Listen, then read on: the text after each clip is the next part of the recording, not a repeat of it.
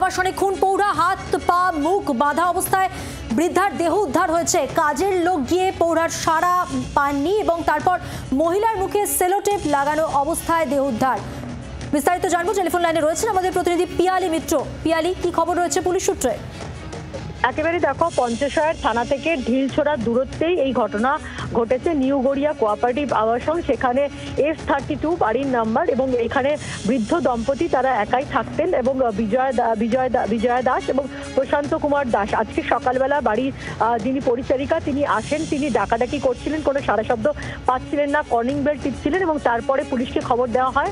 দেখা যায় বৃদ্ধার তার হাত পা বাঁধা, মুখে সেলুটেপ লাগানো রয়েছে, রক্তাক্ত অবস্থায় তিনি পড়ে রয়েছেন।